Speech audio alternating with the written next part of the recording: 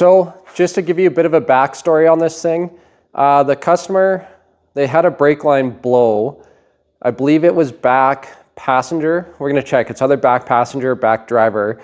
So they had a brake line blow. They replaced the line themselves. They bled out the air, like they cracked the line at the caliper and bled out the air at the line. They didn't want to touch the bleeder screw on the caliper because as you can see by the rest of the truck, well, you can't really see here, but I'll show you in a sec. Yeah, so the bleeder was rusted to hell. So they're worried, like they didn't want to touch it. They didn't want to strip it, break it, whatever. So they decided to bring the truck here, get me to take a look at it, see if I can get the bleeder loose. And then I'll insert a clip afterwards showing how spongy and soft the pedal is. So I'm going to give you a baseline of the brake pedal before we even put it on the lift. Mess with the bleeders, put fluid in, bleed it, whatever. So this is our brakes before. See how it just goes right to the floor there.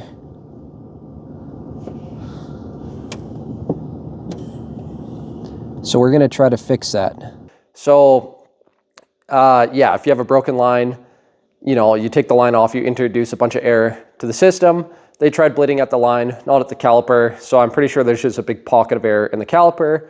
I'm hoping that that air didn't travel in the rest of the system. First, we're gonna try to crack the bleeder loose at the line that was replaced. We're gonna bleed there, easiest thing first, and see how our brakes feel. And if they still feel spongy, then we'll have to do the standard routine of bleeding brakes, which is starting furthest from the master cylinder and then working all the way around. So let's lift the truck up, get the tire off, and take a look at what we're dealing with under there. It's the rust package. You can see the box is just falling off there. And then underneath, surprisingly, a little bit, frame's just starting to rust through there. It's actually not too bad, the frame. Yeah, you guys can't really. Yeah, surface rust, no box left.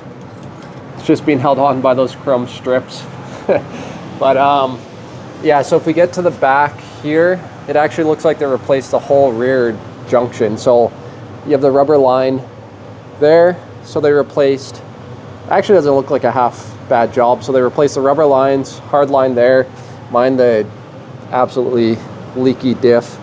Hard line here, soft line there. So they replaced the whole line on the rear. So I'm guessing this is the bleeder they didn't want to mess with.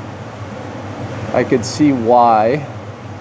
I'm gonna clean that up and see if they touched it. If not, I might just get a tight fitting socket. Like that's probably an 8mm.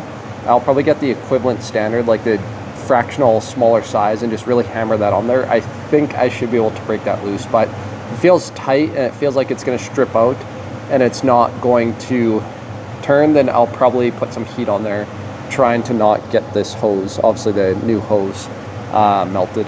Okay, so I cleaned it up a little bit and it did look like they tried to move it with vice grips, but I managed to get an 8mm hammered on there pretty tight.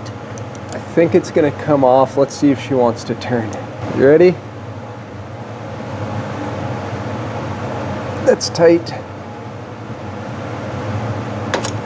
Yeah, it's starting to strip.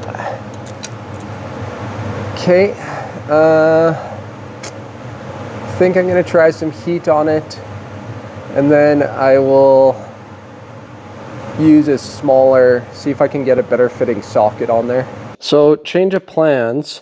I decided to take the caliper off because that bleeder is starting to strip out, so I need to work on it in the bench vise here. Flat surface, see if I can get it out. And then also, I was trying to take the boot off, and I actually tore the boot because it like goes through this thing. So the boot was torn anyway, so I'm like, whatever, I'll take it off because I'll have to replace the boot. So now I'm just gonna hit it with a bunch of heat with my map gas torch here. I'm gonna hit it with a bunch of heat and then hammer a smaller socket on and kind of work it back and forth, and hopefully I can get that bleeder out. And if not, then we're just gonna replace the caliper. It's cheap enough and easy enough. And also, when I took the caliper off, not a lot of fluid came out of there, or the line. So like, that's definitely our issue for the soft brakes, obviously. So we just need to get this bleeder loose, get the caliper back on, bleed it, and that'll fix our soft brakes. Hopefully the other side, it looks like it hasn't been messed with. So hopefully I can get that loose. And If not, then new calipers in the rear. So let's heat this up, get a socket on, see if we can get that loose. Okay, so after heating it and actually putting a vice grip on it, I was able to break the screw loose. It's starting to turn, but it's still pretty tight to turn. But so I took it out because I was going to reposition it in the vise.